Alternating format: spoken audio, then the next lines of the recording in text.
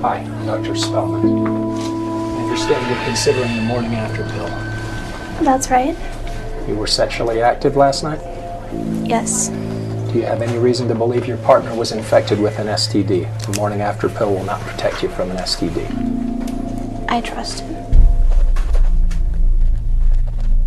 Okay, let me explain to you what you're considering. What we call the morning after pill is a form of emergency contraception, or EC. Have you heard of that? Yes. Okay. EC is used in situations where there's possibility of pregnancy. Is it likely you're pregnant? Well, I did have sex last night. All right, Katrina, a normal female ovulates once a month when her body releases an egg from her ovaries. Once released, the egg can be fertilized within 24 hours if there's male sperm available. Since sperm can live in your body for up to 24 hours, fertilization could occur several days after intercourse, but only 24 hours after ovulation. So it will keep me from getting pregnant. Well, EC is used just in case fertilization may occur. If that's already happened, EC may prevent this unique tiny individual from developing and attaching to you where it can be nourished. Okay. I understand. Good.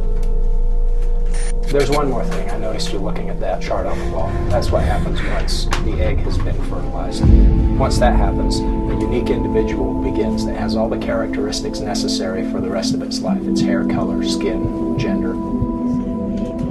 After fertilization, it can take up to 7 days for this tiny being to attach to your body.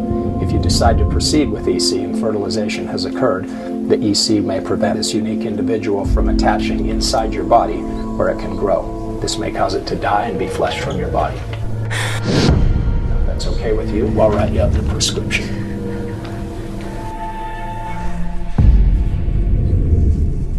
Will I feel anything?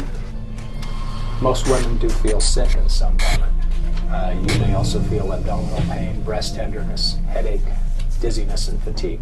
The morning after pill has also been linked to several cases of ectopic pregnancy. Before taking EC, you'll never know whether fertilization had occurred or whether the EC caused the newly fertilized egg to die. You also can't know whether your body is already nourishing the embryo, in which case EC will be ineffective.